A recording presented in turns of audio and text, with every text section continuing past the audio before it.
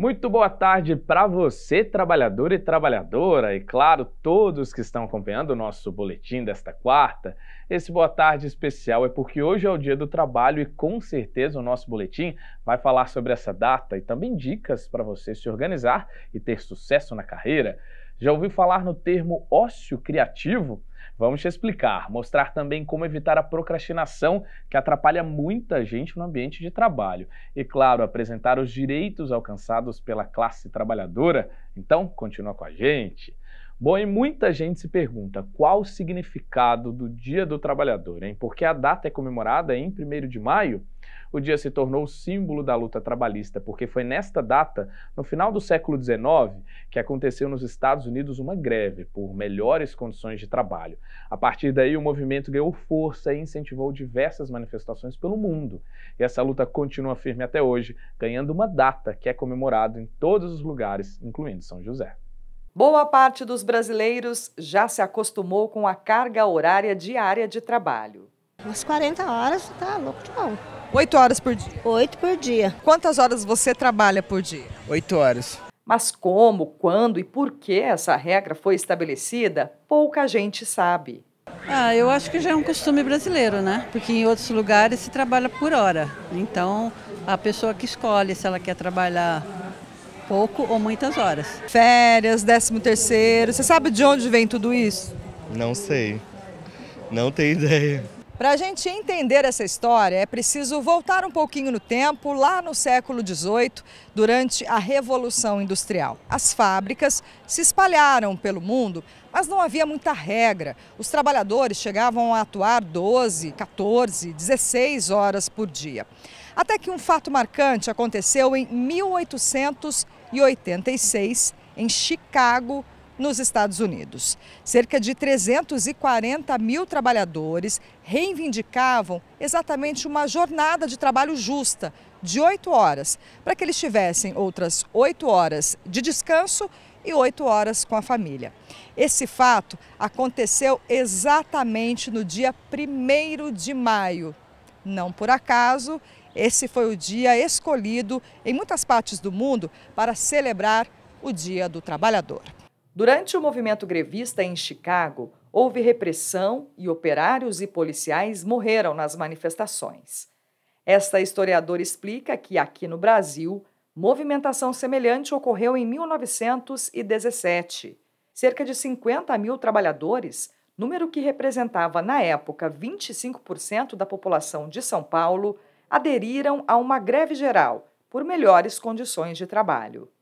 Não existia ainda nenhuma preocupação por meio do Estado em relação à classe trabalhadora. É como se ela não existisse, ela decidia a vida com os patrões, né?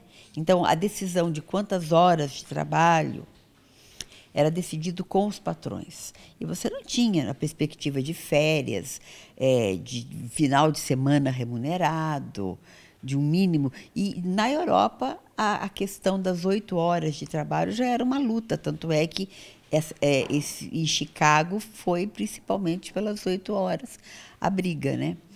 Porque para que houvesse uma regularidade, não 12, 16, como isso ocorria aqui. Então, isso também começa a acontecer. A luta dos operários trouxe resultados. No governo de Arthur Bernardes, o 1º de maio foi oficializado como o Dia do Trabalhador. Mas foi Getúlio Vargas que instituiu uma política trabalhista.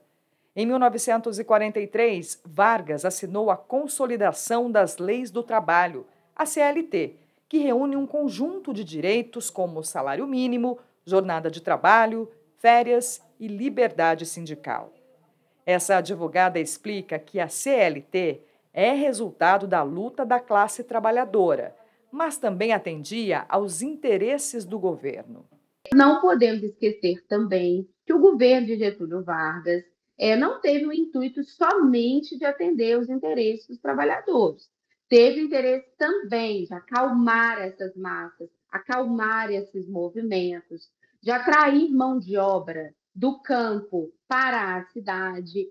Getúlio Vargas era um apoiador da industrialização, então a existência dessa legislação do trabalho que era voltada para a proteção do trabalhador da cidade, também tinha por objetivo atrair essa mão de obra.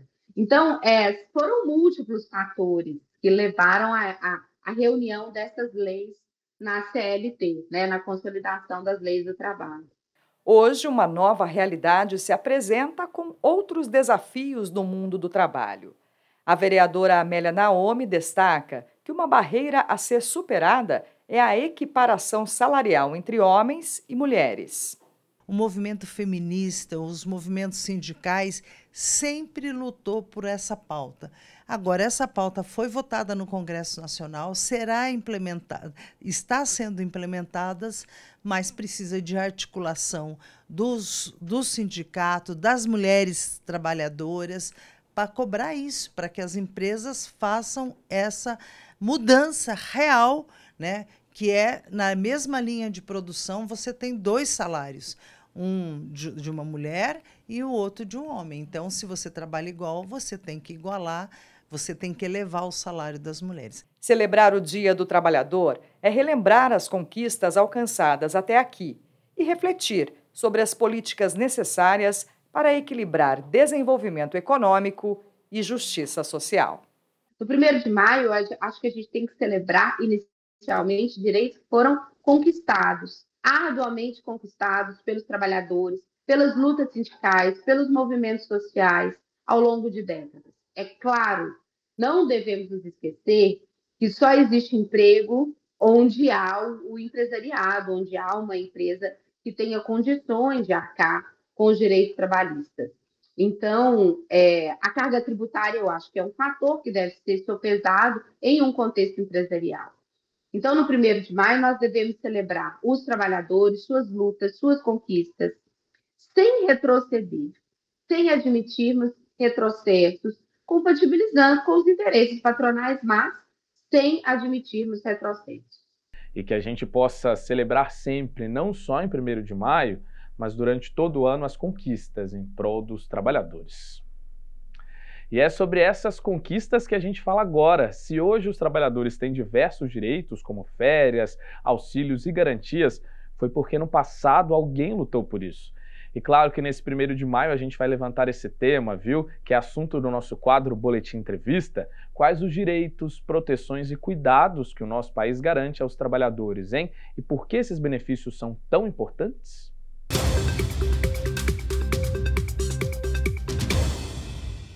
Olá, Boletim Entrevista no ar. Você está empregado nesse momento? Se sim, provavelmente você trabalha até 8 horas por dia, tem seu horário de almoço, férias remuneradas e tudo isso graças à consolidação das leis do trabalho.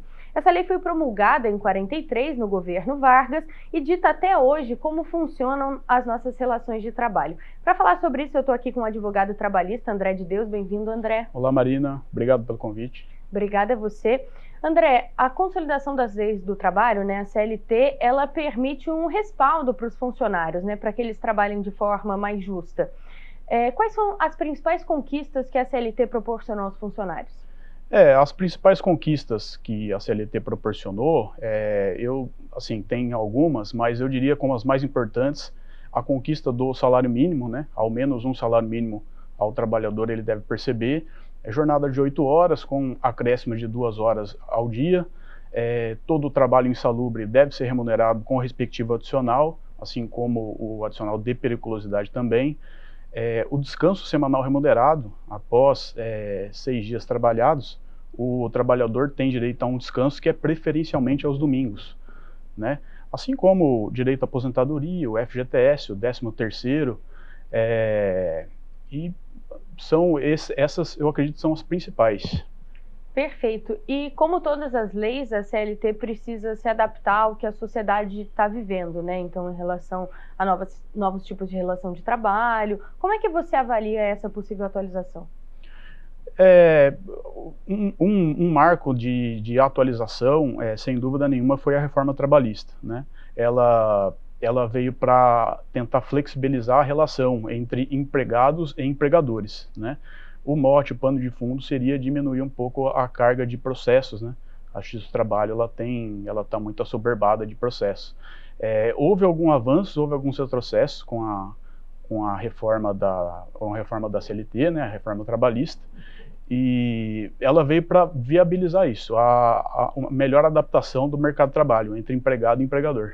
E hoje a gente vive um pouco um processo de pejotização, né? Que os funcionários são contratados para trabalhar de forma como se eles fossem CLT, mas num contrato PJ como se eles fossem prestadores de serviço. Isso é uma afronta à CLT, né?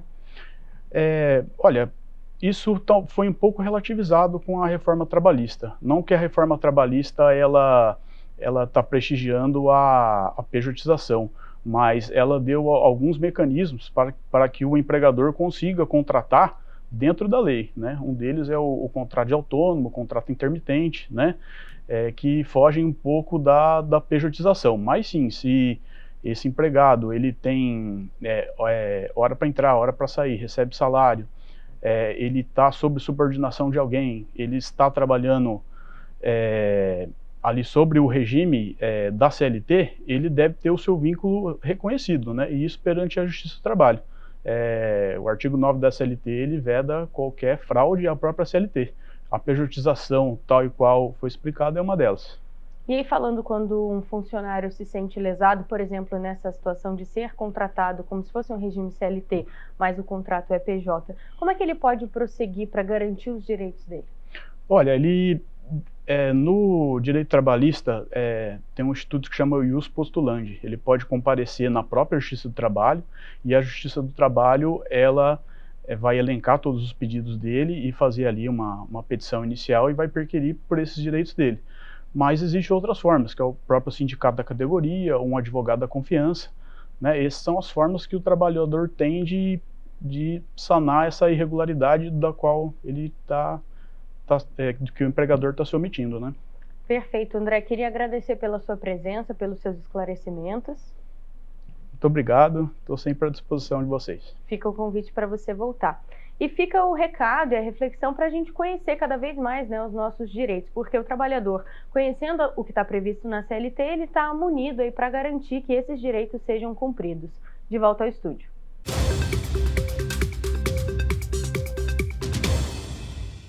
E no Dia do Trabalho a gente também fala de empreendedorismo, porque toda quarta é dia do nosso quadro Empreende Sebrae. São dicas valiosas de especialistas sobre o mundo dos negócios para ajudar quem tem vontade de empreender. Dá só uma olhada.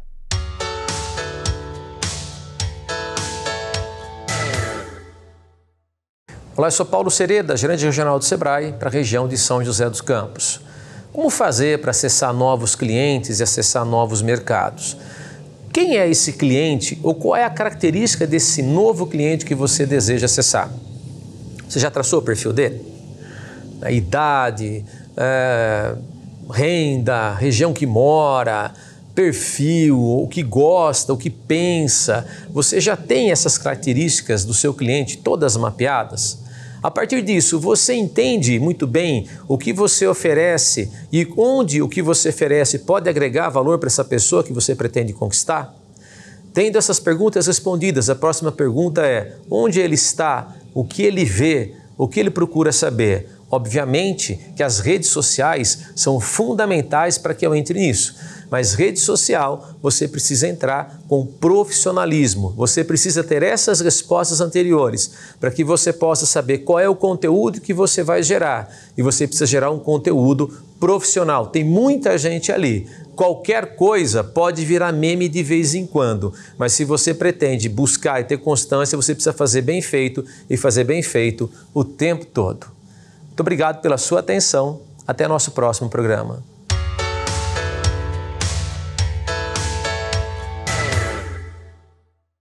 E pessoal, seja no próprio negócio ou então como um colaborador de uma empresa, tem uma questão que afeta muitos trabalhadores, viu? A procrastinação. Aquela coisa de deixar para depois o que pode fazer hoje. Atrapalha a concentração, causa atrasos nas entregas, isso pode virar uma bola de neve. Mas por que é tão difícil manter o foco no trabalho e o que podemos fazer para tentar não procrastinar na nossa rotina? A Francine Padilha foi atrás dessas respostas. Nesse escritório de advocacia, a procrastinação atrapalha muito o fluxo de trabalho. Isso porque quase 90% dos clientes não entregam os documentos necessários no prazo determinado. Isso daí é o mais normal que tem. Você pede o documento, aí a pessoa fala, amanhã eu trago. Aí você manda uma mensagem para a pessoa, ou liga, a pessoa fala, nossa, não consegui, que aconteceu um problema com meu filho, mas amanhã eu vou. E vai indo. Aí quando você fala, acabou o prazo, o juiz vai arquivar o seu processo. Aí a pessoa, não, calma aí que está aqui o documento. Aí é quando entrega a documentação para a gente. Para controlar o problema, o Corifeu decidiu usar uma estratégia e, quando possível, solicita a documentação com antecedência. A gente até, às vezes, assim, são prazos, às vezes, que o juiz dá para a gente de 5 dias, já falou, é até amanhã que o juiz deu o prazo, tá? Eu preciso disso urgente. A gente já diminui muito o prazo para a pessoa, para realmente assim, a gente não ter problemas depois com o processo. Adiar a entrega de uma tarefa, de um relatório, é comum no ambiente de trabalho. Um comportamento que, segundo essa especialista, prejudica a imagem do profissional e atrapalha o rendimento da equipe. As pessoas que são procrastinadoras no trabalho, uma grande justificativa é a falta de tempo, o acúmulo de funções, mas principalmente a falta de definir prioridades. Então, muitas vezes a pessoa, ela abraça muitas atividades que ela sabe que ela não vai dar conta. E aí ela começa fazendo aquilo que é mais fácil ou que ela tem mais habilidades em fazer e vai procrastinando algumas atividades mais desafiadoras ou que vai colocar ela num processo de aprendizado, então ela vai deixando para depois o que é mais desafiador. E eu sempre digo, o que é importante de ser feito hoje, amanhã vai se tornar urgente. E muitas vezes os procrastinadores só agem na urgência. Priscila ressalta que normalmente os procrastinadores ficam frustrados com o próprio comportamento, ao deixar para a última hora, principalmente, as tarefas mais desafiadoras. Controlar as distrações é uma maneira de entregar as demandas no prazo certo. Tem uma pesquisa que mostra que uma pessoa normal, tá bom? Em média, ela pega o celular, ela faz aqui, 280 cliques assim na tela durante o dia. Porque quando a gente pega o celular para ver a hora, daqui a pouco a gente viu o WhatsApp, aí foi pro Instagram, aí quando foi ver já passou meia hora. E são essas pessoas que dizem assim, não deu tempo de eu fazer as coisas. Porque, na verdade, nós somos consumidos ali por muitas distrações. Então, uma estratégia também é tirar todas as notificações. O meu celular não tem notificação de nada, mas às vezes também trabalhar num ambiente onde as pessoas falam muito e você precisa se concentrar. E tem uma técnica que eu ensino, né, para os profissionais, que é a dos post-its, as cores dos post-its. Então, quando eu estou no foco produtivo, eu colo o post-it na tela assim, ou na mesa, ou em algum lugar, e as pessoas sabem, não fala comigo que eu estou produzindo, né? Então, são formas que as pessoas precisam encontrar que vai funcionar melhor para elas e para o ambiente também. No trabalho, a Cássia não abre espaço para a procrastinação. Ela sabe que deixar para depois traz inúmeras consequências e, por isso, a agenda é cumprida à risca. Eu vou marcando, vou agendando durante o dia o que eu tenho que fazer, exatamente naquele dia. E vou definindo, já vou acabando eliminando com o que eu tenho que fazer, para não deixar exatamente para outro dia, porque senão vai ocorrer os acúmulos, né? Vai aumentar mais ainda o serviço e acabar atrasando o que eu tenho que fazer. A vereadora Juliana Fraga entende que a procrastinação pode fazer o trabalhador perder oportunidades. A parlamentar afirma que é preciso estar atento e aproveitar o tempo com qualidade. Hoje em dia, num trabalho, você às vezes perde oportunidade porque você não fez um curso, né, não se qualificou. E às vezes não é realmente falta de tempo nem dinheiro. Porque hoje está tão mais fácil o acesso, é porque a gente deixou para lá, deixou para depois, tem coisa mais interessante, vai para a internet para ver videozinho, e aí vai deixando de lado o estudo, vai deixando de lado uma leitura mais interessante, mais importante. Focar no processo e não no resultado é a principal recomendação da Priscila. Significa que é necessário fazer hoje e não deixar para amanhã. A nossa mente, o nosso corpo, ele está habituado, ele foi habituado a funcionar por recompensa. Então, o tempo inteiro, a nossa mente está na busca da recompensa. Coisas simples do dia a dia, por exemplo, almocei, deixa eu comer um docinho. Então, o tempo inteiro, nós estamos na busca da recompensa. Trabalhei muito, deixa eu descansar. Terminei o relatório, deixa eu pegar um café. Então, são esses hábitos de recompensas imediatos que impedem as pessoas de dar o próximo passo e fazer coisas grandiosas, acabam procrastinando. Por quê? Porque aquilo que a gente quer, o resultado não vem de imediato. A pessoa quer aprender o inglês. Tem que estudar muito para começar a falar. Então, a recompensa não vem agora. E tudo que a recompensa é a médio e longo prazo, a tendência é procrastinar. Entrar na academia. O corpo bonito não vai vir agora. A recompensa é de médio e longo prazo. As pessoas estão dispostas a pagar o preço hoje para ter a recompensa depois. Pessoal, procrastinar não é legal, mas saber aproveitar uma folguinha de uma maneira produtiva, aí é interessante, hein? E sabia que essa folga produtiva tem até nome, ócio criativo? Já ouviu falar? O nome é diferente, mas segundo especialistas, num período de calma, sem pressão, a gente consegue ter ideias inovadoras. Legal, né? E para ajudar a gente a entender melhor, eu chamo a repórter Marina Lima. Boa tarde, Marina. Boa tarde para você, Guerra, e para todo mundo acompanhando o Boletim Legislativo. O ócio criativo pode ser uma solução para quem tem a cabeça muito acelerada, parece que a gente fica rodando em volta do problema e não encontra uma saída. Para falar sobre isso, eu estou aqui com a Renata Bueno, psicóloga. Renata, tudo bem? Explica para a gente, por favor, o que é esse ócio criativo? Boa tarde a todos.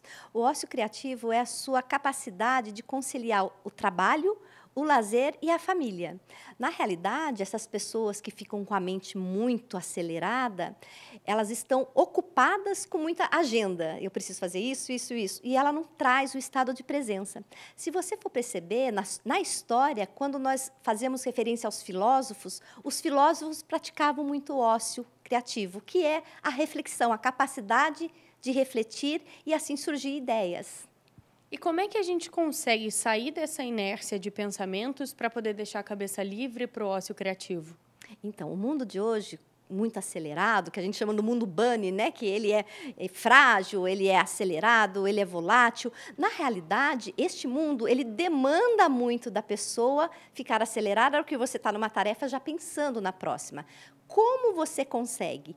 É realmente fazendo a sua gestão de vida, fazendo a sua gestão das suas prioridades. Renata, mas não adianta, eu fico pensando muito, minha cabeça fica acelerada, eu estou pensando... Uma técnica prática para você sair deste movimento é ter um bloquinho de notas e vai jogando as suas ideias, tudo aquilo que vai surgindo para você, vai jogando nesse bloquinho de notas, porque isso faz você ficar um pouquinho no centro.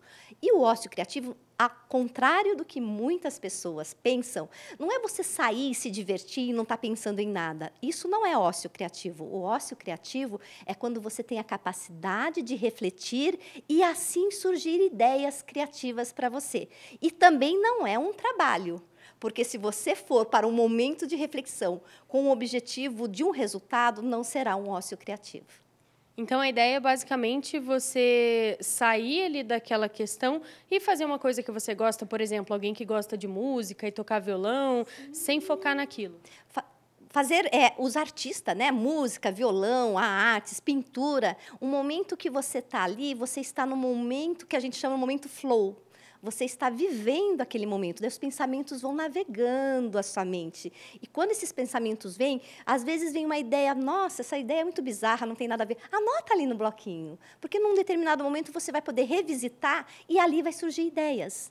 Então, estar nesse momento que você exerce o papel de presença e de reflexão, ele te leva para um ócio criativo. Perfeito, Renata. Muito obrigada pelo esclarecimento. Olha, Guerra, eu adorei essa ideia do flow. Eu sou uma pessoa que fica meio acelerada às vezes, então vou tentar praticar em casa, principalmente com a música, que é uma coisa que eu gosto muito. De volta ao estúdio. Muito obrigado, Marina. E aí, como você tem aproveitado seu tempo livre, hein? Sem fazer nada? Muitas ideias produtivas? E agora a gente muda um pouquinho de assunto para acompanhar a previsão do tempo para a tarde deste feriado de 1º de maio e também amanhã. O feriado do Dia do Trabalho deve ser de sol entre poucas nuvens e não deve chover.